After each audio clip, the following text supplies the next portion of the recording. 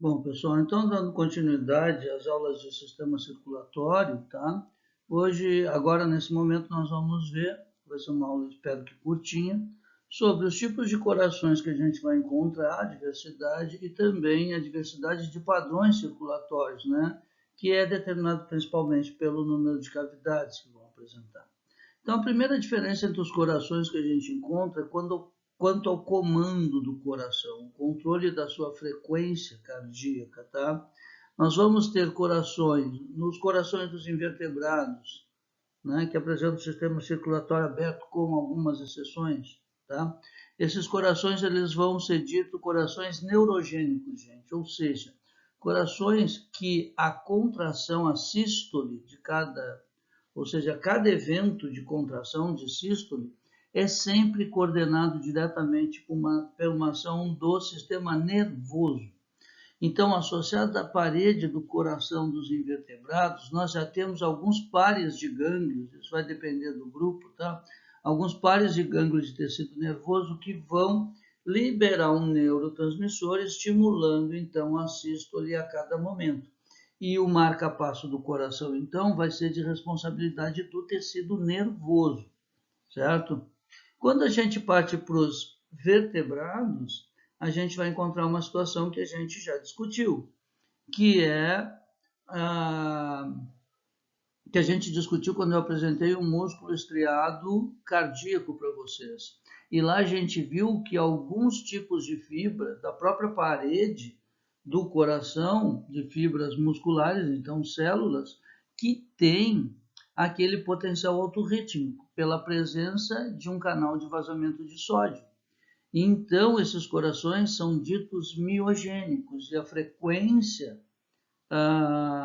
do batimento cardíaco vai ser determinado pelas próprias células do coração, em especial as células marca-passo, que a gente vai ver que vão se encontrar em dois nodos, o primeiro nodo estimulando, né, a sístole do átrio, depois o potencial de ação gerado, então, que estimula a síntese dos átrios, migra por algumas fibras especiais em conduzir o potencial de ação e chega até uma coisa chamada feixe de His, que é um conjunto de fibras condutoras, já nas paredes do ventrículo, e no começo, então, desse feixe de His vai ter um outro grupo de células marca-passo, que vão também, não vão disparar, porque já receberam o potencial de ação das células marca-passo ventriculares, e num espaço de 200 a 300 milissegundos, numa condição de repouso do animal, eles vão propagar esse potencial de ação dos ventrículos para os átrios, alcançando o segundo nódulo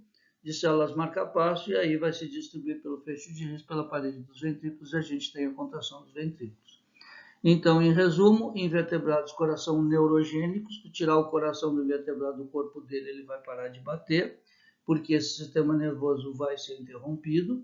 Agora, nos vertebrados, tu tirar o coração de um vertebrado e tu manter ele isolado num banho, se ele for um mamífero, um banho termostatizado com condições iônicas, né, numa solução fisiológica, esse coração vai ficar batendo sempre no mesmo ritmo determinado pelas células marca-passo do nódulo ventricular, pelo vazamento de sódio dessas células, que é maior do que o vazamento todo de sódio de todas as outras células que tem no coração. Tá? Porque se falhar essas células marca-passo, eu já havia comunicado para vocês que outras células assumem, só que a frequência cardíaca vai caindo à medida que tu vai contando com células que têm um vazamento de sódio um pouquinho menor. E vocês têm que lembrar, não custa lembrar aqui, que a célula em repouso ela está pobre em sódio no seu interior e que à medida que ela vai ganhando sódio por esse vazamento, ela vai despolarizando até disparar o potencial de ação. Aí a célula dispara esse potencial de ação, elas estão ligadas eletricamente entre elas, todas as fibras contráteis do coração, e aí então todas contraem junto, primeiro no átrio, depois no ventrículo a gente tem o funcionamento dessa bomba. Então, coração neurogênico e coração miogênico. Neurogênico invertebrado, miogênico vertebrado. Bom, só queria dizer também que em relação aos grupos de vertebrados, essas células marca-passo vão estar em diferentes posições do coração, e até porque a gente vai ver, nós já vamos estudar corações que têm 2 ou 4 câmaras, tá? Na verdade, um coração de 4 câmaras são 2 corações colados um no outro. São 2 corações, não é um só coração. Então, eu acho que os corações em câmara, na verdade, eles têm em si 2 câmaras. Às vezes, essa unidade é dobrada, né? Para a gente ter a pequena e a grande circulação, a gente vai ver isso. Bom, mas também existe tipos de corações que se distinguem pela constituição da parede contrátil. Os corações de humanos, por exemplo, têm paredes contráteis grossas. Nós já vamos ver aqui, não tem um exemplo de coração humano, mas se assemelha desse elasmobranquio. Olha aqui, ó, uma parede bem grossa de músculo e uma cavidade central. Quando a gente parte para o coração dos teleósteos, embora aqui não esteja muito bem representado, tá? Vocês vão ver que o coração de um teleósteo, ele é um coração espongiforme, porque ele não tem uma parede grossa, uma cavidade totalmente oca, por exemplo, no ventrículo dele, como aqui está representado. Isso aqui, ó, não é músculo maciço aqui nesse coração. Isso aqui é um músculo espongiforme. Então, esse coração, ele funciona igualzinho uma esponja, olha só. Quando o sangue entra, ocupa todos esses espacinhos que estão abertos aqui, e essa esponja fica inundada de sangue. Quando essa esponja contrai, né, então diminui esses espaços e ejeta esse sangue para fora. Aqui no B a gente tem um coração misto, como a gente começa a ver em alguns peixes já, um coração se aproximando, ó. Essa esponja vai ficando com poros bem grandes e vai quase ficando uma massa muscular, concentrando mais massa muscular em algumas regiões, mas vejam como começam a aparecer cavidades maiores, tá? E a parede aqui já está bem mais espessa, ó.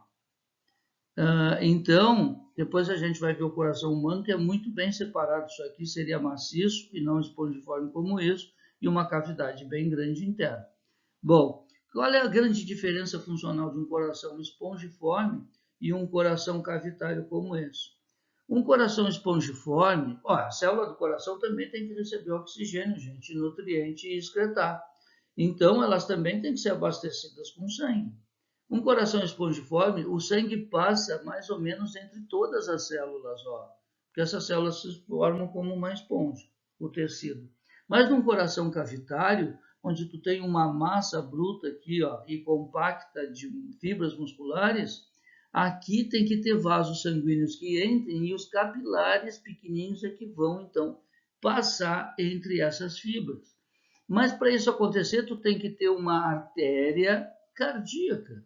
Por exemplo, parte do sangue que sai do teu ventrículo, do nosso ventrículo esquerdo, rico em oxigênio, porque recém veio do pulmão, tem que ter a artéria coronária que sai da nossa aorta e que volta para o coração para irrigar as células cardíacas. A gente morre de ataque cardíaco muitas vezes por causa do entupimento dessa artéria coronária, que acumula gordura, principalmente VLDL, que é o colesterol ruim, e que vai entupindo essa artéria coronária e vai começando a faltar irrigação para as nossas células cardíacas. E com isso, algumas regiões do nosso coração morrem, é o infarto. Aí, ou quase morrem por isquemia, porque começam a não receber oxigênio, começam a acumular CO2 e resíduos nitrogenados. E se nós tivermos uma área isquêmica muito grande no nosso coração, se for no ventrículo esquerdo, essas células não vão mais contrair, a nossa pressão arterial vai ficar extremamente baixa e a gente vai a óbito, tá? Agora, um peixe teleósteo como esse aqui, que tem um coração esponjoso ou um coração misto, esse nunca vai morrer de infarto. Por quê? Porque o sangue permeia todas as células dele, permeia toda essa porção esponjosa. Então, isso é uma grande diferença estrutural e, consequentemente, funcional desses corações, embora os dois sejam pontos de gerar alta pressão, tá bom? Existem também, como a gente já viu, os corações agora, quanto ao seu formato, corações acessórios, gente, que podem se dar na forma de corações em câmaras com tabique central. Esse aqui eu acho muito legal, que ele aparece no corpo das enguias, Então, as enguias é um peixe muito compridão. O coração principal está lá embaixo da brânquia, na região anterior, e tem toda essa distância comprida para percorrer. Então, esses animais lá na cauda, eles têm esse coração cavitário, coração acessório, na forma de tabiques, com uma válvula central aqui, semi-rígida, uma cartilagem, que quando o peixe, nesse caso aqui, ó, ele encurva o corpo para a esquerda, vejam que essa câmara foi comprimida. Então, o sangue que estava aqui dentro, ele é dotado de válvulazinhas. Quando aumenta a pressão aqui dentro, isso aqui entorta para cá, aqui aumenta a pressão. Empurra o sangue que está aqui dentro, como ele não pode voltar, ele vai sempre num sentido único, saindo por essa válvula aqui. Então, isso ajuda a fazer o retorno venoso para o coração principal, tá bem? É muito importante. É como os coxins que a gente tem na planta dos pés, que ficam bombeando o sangue, porque também tem válvulas, mas bombeiam o sangue das nossas veias. Isso aqui também vai receber sangue venoso e ajudar a bombear para o coração esse sangue venoso, para o coração mandar para a brânquia e da brânquia, então, voltar para todo o corpo do animal. Tá? Então, isso aqui é como se fosse as válvulas. Bom, pessoal, então dando continuidade, agora a gente já viu os tipos de corações, nós vamos ver os padrões de circulação. Só queria dizer que, além daquele coração acessório que eu apresentei, também, muitas vezes, como nos anelídeos, por exemplo, grandes artérias, como a artéria dorsal desses anelídeos, principalmente os oligoquetas, tá?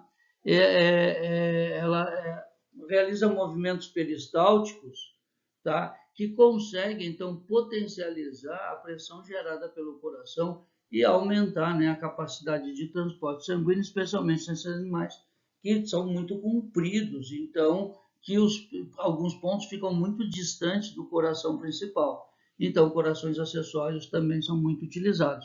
Outro coração acessório que eu gosto de comentar para vocês é o coração acessório das lulas, dos cefalópodes, que, mesmo sendo invertebrados, eles têm sistema circulatório fechado, porque eles têm uma taxa metabólica muito alta. Então, eles apresentam 2 corações acessórios exatamente antes das brânquias, para ainda gerar mais pressão para o sangue poder passar nas brânquias e ter continuidade. Depois, eles entram no outro coração e são empurrados para todo o corpo. Então, isso é muito legal. Mas como conta com esses corações acessórios, eles ainda têm a capacidade de ajudar o rim. Esses animais misturam o coração com o rim, eles têm o que nós chamamos de rinopericárdio. A parede do ventrículo deles, que empurra mesmo com força o sangue, ela tem poros que nem nos capilares.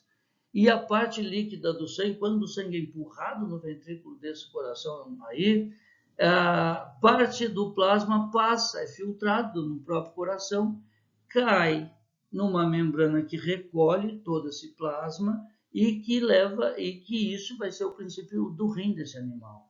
E aí esse plasma que é filtrado pelo coração acaba passando por processos de reabsorção daquilo que o bicho não quer perder no xixi e de excreção de tudo aquilo que o bicho quer perder no xixi, tá? Então é muito legal isso, quando alguns animais que têm corações acessórios, então, além de ajudar o coração principal, ajudam outros órgãos, como nesse caso o rim. Bom, os padrões circulatórios, gente, meu cabelo hoje está medonho. Bom, os padrões circulatórios, eles começam nos vertebrados, eles começam aqui nos peixes, então, onde a gente tem um coração com 2 cavidades só, um átrio e um ventrículo, isso nos peixes de respiração aquática. Depois nós vamos ver os hipnóticos, que são os peixes que respiram ar, que aí vai mudar um pouquinho, a gente já chega lá, eles estão aqui do lado. Bom, então, num peixinho normal, um teleócito normal, o que a gente vai contar? Na grande maioria de todos os teleócitos, um coração com 2 cavidades, um átrio e um ventrículo. Esse átrio recebe o sangue que já abasteceu todo o corpo do bicho. Antes desse átrio vai ter um seio venoso. Esse sangue chega ali, cai no átrio. O átrio, gente, tem uma função de ajudar a encher o ventrículo. Então, o sangue vai entrando, vai passando pelo átrio até entrando no ventrículo, quando o ventrículo está relaxado já. Mas o átrio ajuda a empurrar o resto de sangue que cabe dentro do ventrículo. Então, para a gente ter 100% de eficiência cardíaca, o átrio tem que empurrar o sangue que chega nele para o ventrículo. Se o meu átrio parasse, o sangue ia chegar no ventrículo? Ia, mas muito menos do que 100%, lá sei, 50%, 70% por aí. Quando o átrio empurra o restinho para o ventrículo, a gente tem 100% da transferência do átrio para o ventrículo e do ventrículo para a circulação. Tá? Então, pessoas que perdem os átrios, às vezes, gente, conseguem se manter vivas, mas não conseguem nem se levantar da cama, ou ficam sentadinhos numa mesa, tá bom?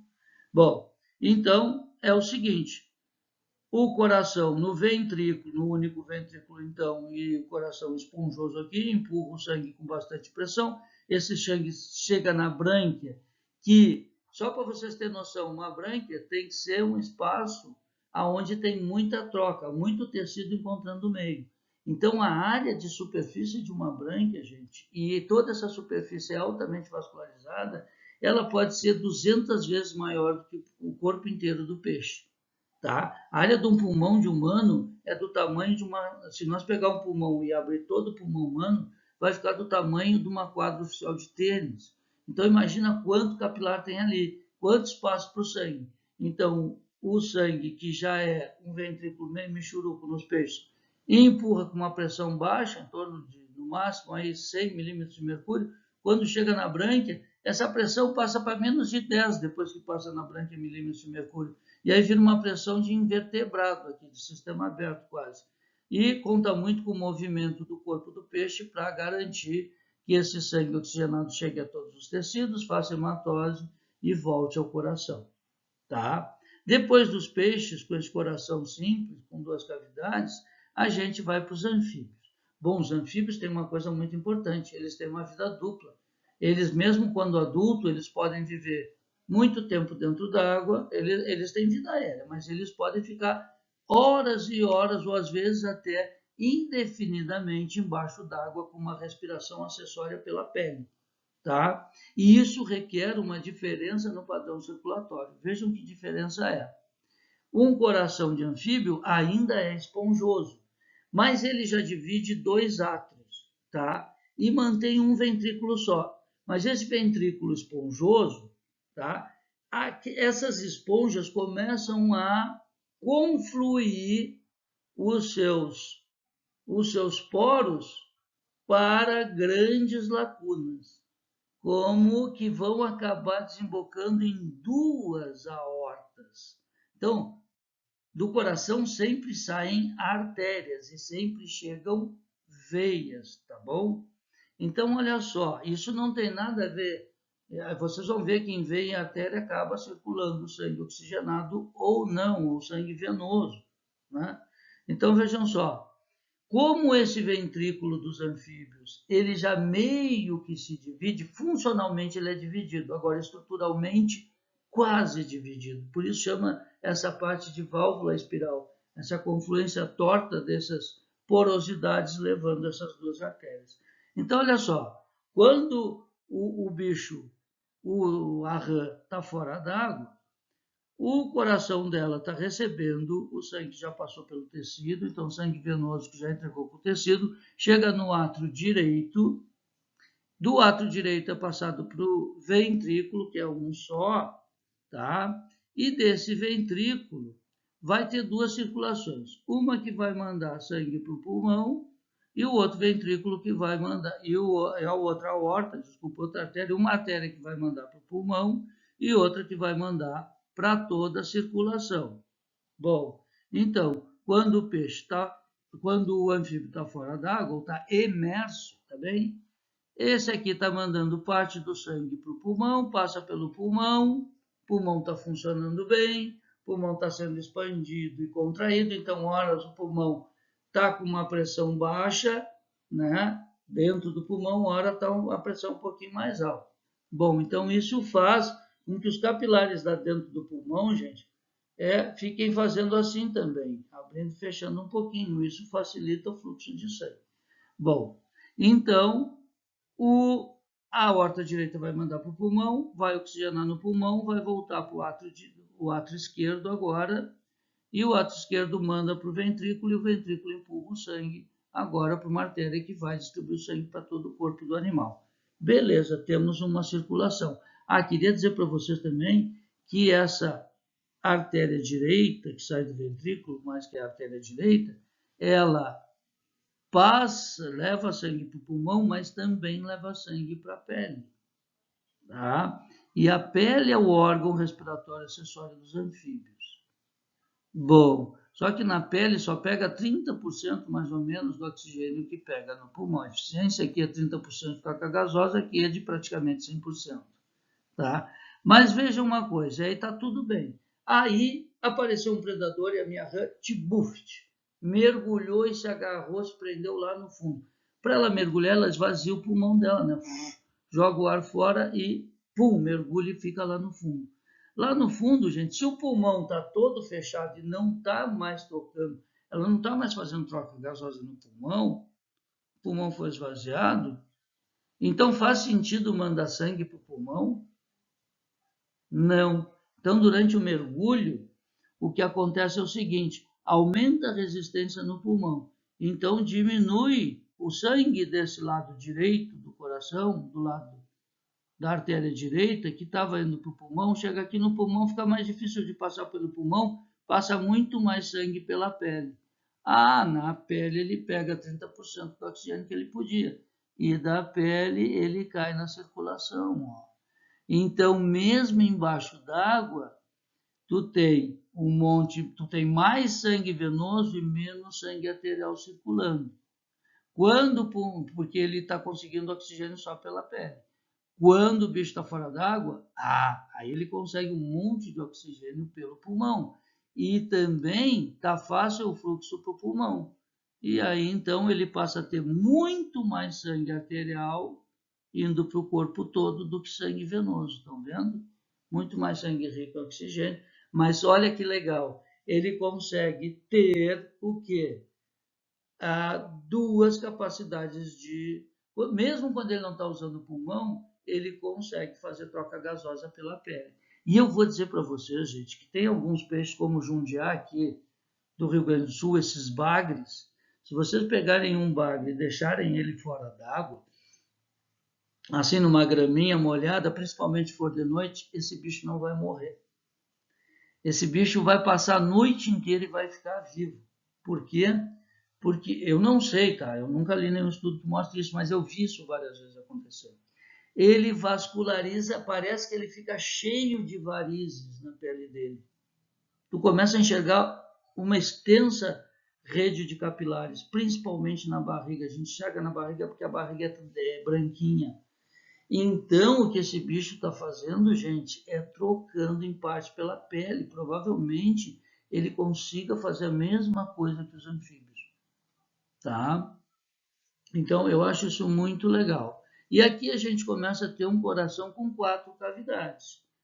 2 não muito bem definidas, 2 já bem definidas. Então, aqui fica claro para vocês que todo animal que tiver uma respiração acessória, ele não consegue trabalhar só com 2 cavidades no pulmão.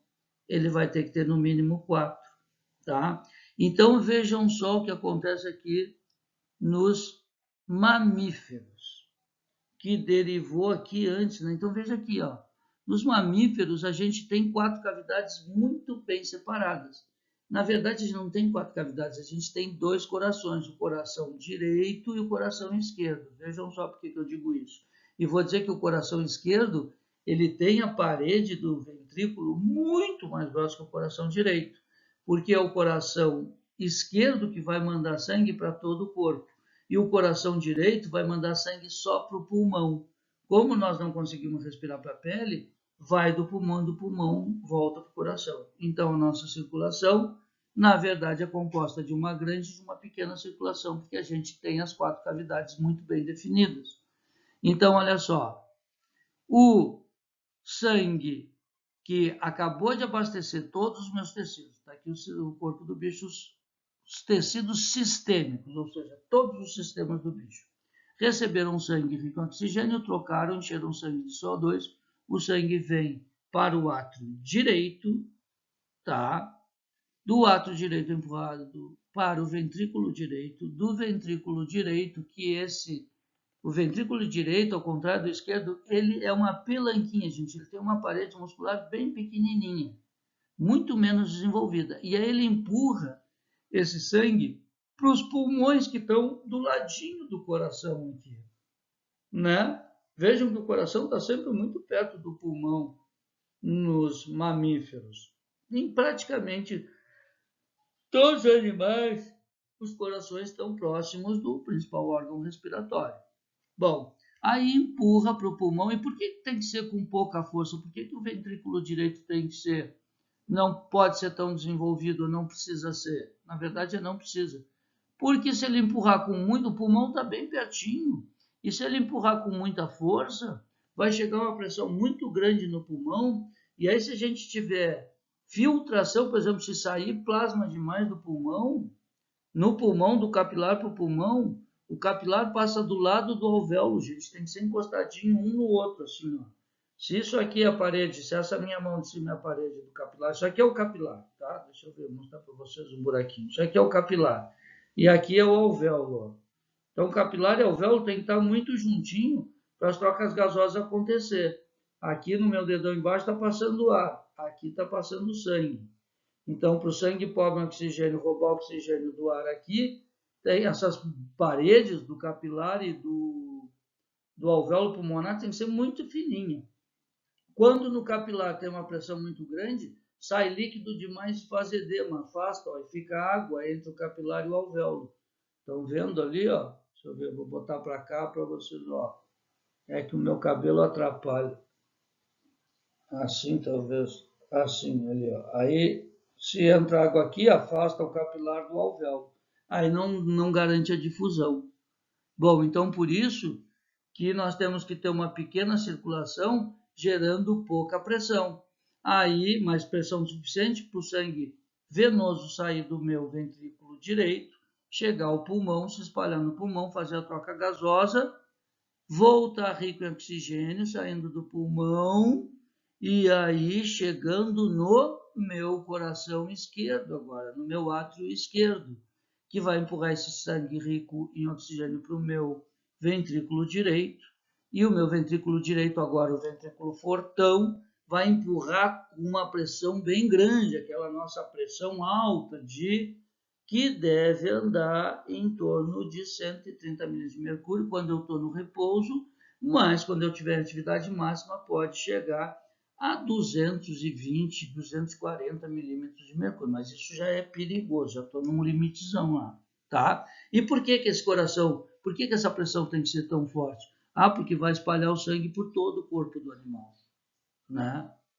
Bom, aí a gente vem para os répteis. Os répteis, gente, eles já não têm uma pele fininha, né, para perder água, não sei o quê. Bom, mas tem réptil que mergulha, que vive dentro d'água, as tartarugas, os crocodilos, né? As lagartixas não, mas também tem uns que tem parte do seu ciclo na água, no banhado. Bom, esses bichos também mergulham. Tá. Quando esses bichos mergulham, olha só o que acontece. Eles também conseguem ter respiração. Alguns têm respiração acessória. Na pele, qual pele? Não a pele da carapaça, da tartaruga ou do jacaré que está escondida com aquelas placas ósseas. Não. A pele, vamos chamar as mucosas, então. Ou a mucosa da boca e da faringe ou a mucosa da cloaca. Tem muita tartaruga que respira pela cloaca, fica puxando e tirando água da cloaca, depois nós vamos ver no respiratório. Então essa cloaca é super vascularizada e faz um movimento de Foley, tá? Então essa pele pode ser a cloaca, pode ser o esôfago é muito usado também, a serpente marinha usa o esôfago como órgão de troca respiratória acessória, tá? Então olha só, o que acontece aqui é o seguinte, ó. Pulmão, coração direito. Aqui também é meio que está mais dividido do que nos anfíbios aqui. Tá? A gente já diz que eles têm 4, alguns dizem que tem 3, outros já dizem que tem 4 cavidades, porque essa cavidade ela não é dividida estruturalmente, mas funcionalmente ela é muito bem dividida. Tá? Então, olha só, aqui conta com a passagem da pele na circulação sistêmica mesmo. Não tem aquele truque dos anfíbios aqui de 2 artérias. Então, quando no pulmão o bicho está mergulhando, diminui o fluxo de sangue no pulmão, tá bem? mas aumenta o fluxo de sangue na sistêmica. E aí ele consegue roubar bastante oxigênio aqui. A serpente marinha consegue ficar... As tartarugas que respiram pela cloaca, elas conseguem ficar tempo indefinido embaixo d'água, tá? Assim como as salamandras aqui que respiram pela pele.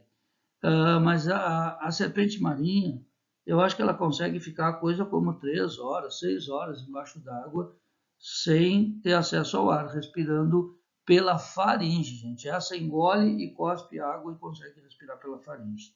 Tá? Então aqui existe essa mistura de sangue também.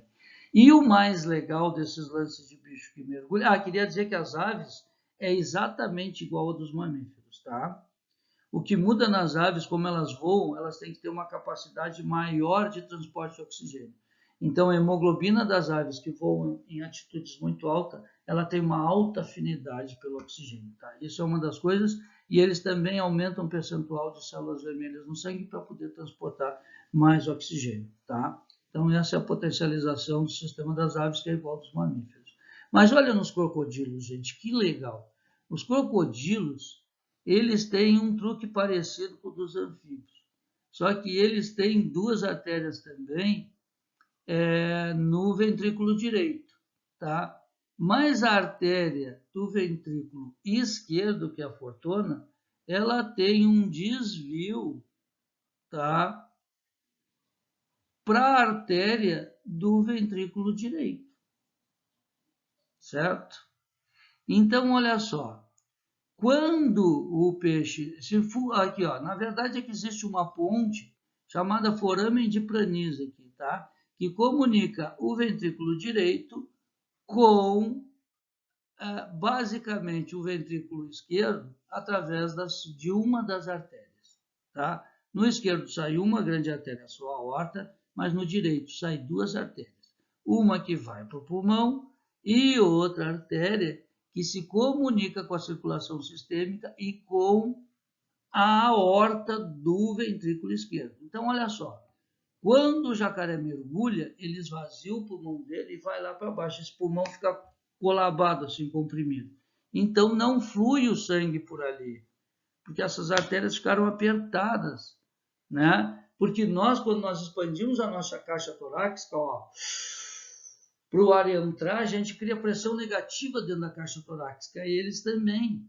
E aí isso ajuda o sangue vir para dentro do pulmão. E quando a gente larga o peso da caixa torácica para respirar, também pressiona o pulmão. Isso ajuda o sangue a sair também do pulmão, entendeu? E então os movimentos respiratórios pulmonares auxiliam o fluxo de sangue no pulmão. Quando o bicho não está fazendo esses movimentos, dificulta o fluxo sanguíneo no pulmão. Se dificulta a passagem de sangue para o pulmão, aqui essa artéria tem resistência de mandar o sangue. Mas eu posso mandar o sangue dessa artéria aqui para outra, para a sistêmica. E aí esses bichos pegam e desviam o fluxo sanguíneo daqui para esse grande sistêmico aqui. Eles não têm respiração acessória, né? Mas eles diminuem bastante a quantidade de fluxo de sangue que vai para o pulmão. E o pulmão, a gente acabou de dizer que é uma área enorme, é um monte de tecido. Então, se o pulmão não está fazendo troca gasosa, ele está só consumindo oxigênio. Se eu diminuo o fluxo de sangue para um órgão que não está cumprindo a sua função naquele momento e que vai me consumir um monte de oxigênio, não é legal. Por isso, nós humanos temos efizema pulmonar. As áreas do meu pulmão que já estão tão comprometidas pelo uso do tabaco, por exemplo, que não fazem mais troca gasosa, as artérias que vão para lá, elas fecham. E daqui a pouco, se tu tem o teu pulmão todo comprometido, fecha as artérias tudo que vão para o teu pulmão e tu, putz, caputz. Né? Daí que dá e o cara aí toca um aerolim lá, dilata tudo, faz vasodilatação bronquiolar, alveolar, e aí ajuda o fluxo de novo, tá? Então, é muito legal. E outra coisa que nos aproxima nesse lance aqui é que quando a gente é embrião, gente, nós respiramos ar, não, a gente é abastecido por um sistema respiratório acessório, que é o pulmão da nossa mãe, através da placenta, né? O nosso sangue, quando embrião, tem mais afinidade pelo oxigênio que o sangue da placenta, o sangue da mãe. E a gente rouba oxigênio do sangue da mãe. E descarga CO2 no sangue da mãe também, tá? Bom, mas quando a gente está ainda dentro do útero, mesmo com o pulmãozinho pronto, aos 9 meses, os nossos átrios aqui, ó, desculpa, os nossos ventrículos, gente. Vamos pular então. Antes de eu explicar isso para vocês, tá? Desculpem, eu vou mostrar aqui os peixes pulmonados. Os peixes pulmonados, ó, já tem 4 cavidades, tá? Há 2 átrios, aqui um átrio, aqui ventrículo. Esse aqui vai ser o esquerdo e esse aqui vai ser o direito. Olha só.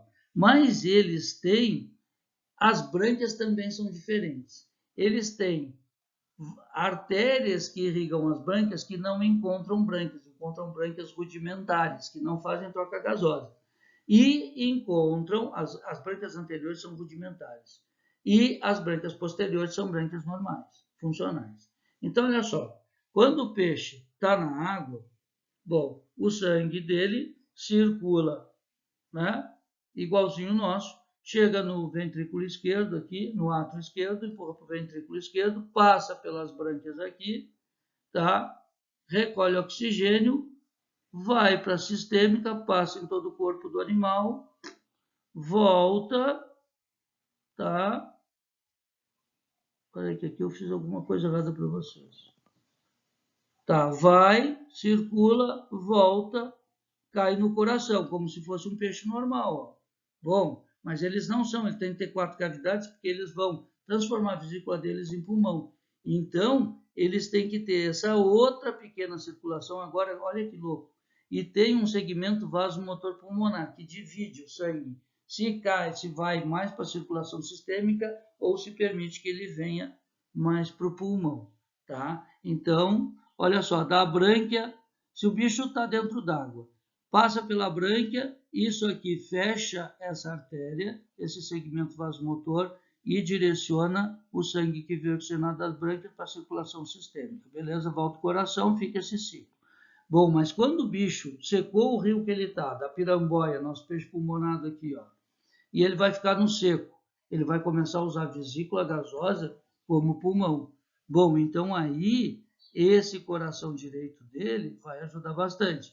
Esse coração direito ele vai receber o sangue da circulação sistêmica, já mostro como, tá? E empurra pelo ventrículo direito, mas aí esse ventrículo direito vai mandar o sangue para as artérias branquiais anteriores, aquelas que na verdade não realizam troca.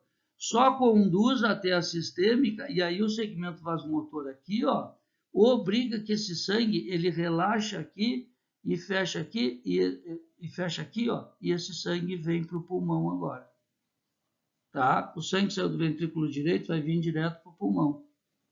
E no pulmão vai fazer as trocas e vai cair no esquerdo. E aí ele começa a dividir. Parte cai na sistêmica, parte vem para o pulmão. Ele passa a ter uma acessória parecida com essa aqui. Tá bom? Misturando esses sangues. E aí ele se mantém. É claro, gente, que ele vai ter maior capacidade de trabalho, de demanda de oxigênio, então de taxa metabólica, quando ele tiver com a respiração aérea. Quando o rio dele seca, bom, ele já não come mais, ele já vai parar, ele vai hibernar, então ele vai usar, a demanda energética dele vai ser muito baixa, a taxa metabólica vai ser muito baixa, e ele vai ficar com essa pequena circulação aqui, se mantendo durante esse período de estiagem, tá? Então agora nós vamos falar do nosso coração, né, dos humanos e dessa proximidade que eu falei do nosso embrião com o sangue de com o sistema circulatório de um crocodiliano. Então vamos dar uma olhada nisso. Antes, aqui só para mostrar para vocês os percentuais, tá, daquele fluxo. Então olha só, o bicho consegue saturar na pele aqui, ó, o sangue que vem dos tecidos chega com uma saturação de 35%. Agora, olha o sangue que vem da pele, chega com uma saturação de 47%. Então, quando o sangue passa na pele, ele aumenta a saturação de oxigênio, tá? Agora, o sangue que saiu do pulmão da rã sai com 96% de oxigênio. Tá? Mas vejam que o sangue que passou sistêmico, que perde, fica só com 35%, quando ele passa na pele, ele consegue ganhar mais um pouquinho. 35 vai dar 5, mais 7%, isso? Não. Não. 12%. Ele aumenta em 12% a saturação. Tá? Não, de 35 para 44, dá 9% ele aumenta a saturação. Tá? Chegando, e quando mistura os dois, fica 47% durante o mergulho. Então, existe uma baita vantagem, mas esse bicho também, ele não vai ter grandes atividades quando ele está mergulhando. Ele, geralmente, essa resposta é uma resposta de fuga, de se esconder. Tá? Agora sim, vamos ver. Acho que bom, então agora chegamos no nosso coração, tá bom? E nós vamos falar dos nossos bebezinhos em relação à proximidade ou analogia com o coração dos anfíbios. Nosso coração aqui, 4 cavidades muito bem definidas. Na verdade, a gente tem um coração esquerdo e um coração direito, os dois colados um no outro, tá? O coração esquerdo tem um ventrículo muito mais grosso que o coração direito, embora aqui não esteja muito bem representado. Aqui parece até o contrário, mas aqui está representando que aqui está havendo uma contração e aqui um relaxamento, tá bem? Então não confundam isso. Mas olha só, eu recebo, o sangue que andou no meu corpo, o oxigênio vem por aqui, minha veia cava aqui recolhe todo o sangue que andou em todo o meu corpo, joga no átrio direito, o átrio direito empurra para o ventrículo direito, o ventrículo direito empurra para o pulmão. Artéria pulmonar direita e artéria pulmonar esquerda, tá bom? Indo para o pulmão direito e esquerdo. Passa no pulmão, do pulmão circula, do pulmão volta para o átrio esquerdo, tá? Chegou no átrio esquerdo, o que vai acontecer? No átrio esquerdo, eu vou empurrar para o ventrículo direito. Encho o ventrículo direito de sangue e empurro com força pela minha aorta, que vai distribuir para todo o corpo do animal. Mas isso aqui quando eu estou respirando, quando o meu pulmão está funcionando. Agora, quando a gente é nenezinho lá, dentro da barriga da mãe, o meu pulmão está funcionando? Não, meu pulmão está igual o do crocodilo quando mergulha. Ali não está expandindo e contraindo o pulmão. Então, a resistência para o sangue passar no pulmão é muito maior. Tá? Então, nós não temos a válvula de Pranisa. Nós temos um buraquinho, uma janela oval, tipo uma válvula, que é assim, entre o ventrículo esquerdo e direito. Então, quando nós estamos dentro da barriga, dentro do útero da mãe da gente, o ventrículo direito, aquele que empurra o sangue para o pulmão, tenta empurrar, mas o pulmão está inativo ainda. Então, é difícil empurrar o sangue para o pulmão porque ele não está gerando pressão negativa em nenhum momento, né? Então, passa o sangue do ventrículo direito para o ventrículo esquerdo pela janela oval. Tá? Por quê? Porque a pressão aqui está grande, tenta sair por aqui, aqui tem resistência, então vai para o ventrículo esquerdo, que também tem uma pressão elevada, mas menor do que essa aqui, dessa resistência que está acontecendo para ir para o pulmão. Então, o sangue do ventrículo direito, em vez de ir para o pulmão, cai na circulação sistêmica e vai trocar os gases na placenta da minha mãe. Bom, mas quando a gente nasce, e daí até vem aquele tapa na bunda que o médico dá no bebê, hoje em dia acho que isso não acontece mais, para o bebê chorar. É um estímulo a mais para o bebê reagir. E quando ele reage, ele toma a primeira golfada de ar e o pulmão começa a funcionar e o sangue começa a perfundir intensamente no pulmão. Diminui a pressão aqui e o ventrículo, agora o direito, consegue empurrar o sangue para o pulmão. E o ventrículo esquerdo, também empurrando o sangue, acaba empurrando essa válvula e fecha a válvula. Porque agora a pressão no ventrículo direito vai ser menor do que no esquerdo. e o esquerdo vai fechar. Aqui tem uma válvula. E essa válvula vai colar esse tecido em questão de minutos. Vai começar a colar esse tecido, essa válvula fechou, e ali fecha de vez e separa essa cavidade. Tá? Só que alguns nenês têm má formação nessa forame oval, ou janela oval, como chamam. E os nenês que têm isso, como não fecha, acaba que o sangue não perfunde direito pelo pulmão e continua caindo na sistêmica. E o nenê passa, então, pela tetralogia de Fallot, que é a síndrome respiratória dos recém-nascidos. Eles ficam roxos, gente. Eles ficam completamente roxos. Olha aqui a cabeça desse neném, está completamente roxo.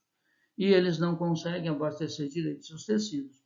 E eu sugiro vocês que vejam um filme, sabe, que tem a ver com reconhecimento da capacidade humana, sabe? O nome do filme é Quase Deuses. Eu não curto muito esse lance de quase deuses, não sou muito religioso, mas gostei do filme porque mostra a história de um cardiologista que estudava essa doença e que queria resolver isso e que tinha um rapaz que cuidava da limpeza e que era negro. E esse rapaz negro, ele estava sempre prestando atenção e ele pedia para ficar até mais tarde, para terminar a limpeza, e na verdade o que ele ficava até mais tarde era lendo os livros. Ele acompanhava o trabalho do médico e ele lia os livros. E um dia ele que percebeu que talvez fosse isso e sugeriu para o médico que se fizesse uma cirurgia e que tentasse corrigir esse defeito nos nenês recém-nascidos, imediatamente ao nascer, que se fizesse essa cirurgia. E ele propôs que fizesse em cachorros, e ele é que propôs isso. Então, o rapaz da limpeza, estudando como autodidata, propôs, o médico se impressionou, deu a chance para ele, e eles fizeram essa cirurgia em cães. Esses caras ganharam o prêmio Nobel, e ele ganhou o título de médico, né? Imagina, eu não me lembro do ano, um negro não podia nem cursar na universidade. E para a gente ver que às vezes a gente nos laboratórios, os alunos chegam assim, professor, eu adoraria fazer estágio no laboratório, mas eu não fiz a sua disciplina. Bah, gente, não... A gente precisa ter vontade e o querer saber, porque inteligência todos nós temos, a evolução nos garantiu isso, e é uma questão de dedicação e de oportunidade. Então, isso serve para a gente pensar num monte de coisa, pensar em racismo, pensar na importância das cotas, de gente que sempre teve essa vontade, nunca teve essa possibilidade. Eu não quero polemizar, mas quero que vocês, a partir da biologia, enxerguem também a complexidade da nossa vida, da nossa relação social, que não está dissociada da fisiologia. Hoje nós sofremos de pressão elevada, nós sofremos de pressão elevada, então é uma resposta do sistema nervoso simpático, superestimulado, porque a gente se sente sempre insatisfeito, e a gente inventou recursos que não existem, né? Então a gente vive estressado. E um aumento da pressão, a gente já viu, causa problema em tecido, sobrecarrega o nosso sistema cardiovascular e baixa a nossa imunidade, e a gente sofre muito por causa disso. Então, é fundamental estudar fisiologia, mas não perder de vista essas outras coisas. Gente, eu vou parar essa aula por aqui, porque ela já está ficando muito extensa. Tá? Eram poucos slides, mas ela ficou muito extensa. Mas é que a fisiologia é extensa. Eu ainda tenho muita coisa de cardio para mostrar para vocês, tá bom? Então, obrigado por aqui. Agora eu vou almoçar e de tarde eu vou gravar mais aula para vocês, tá bom? Obrigado, valeu.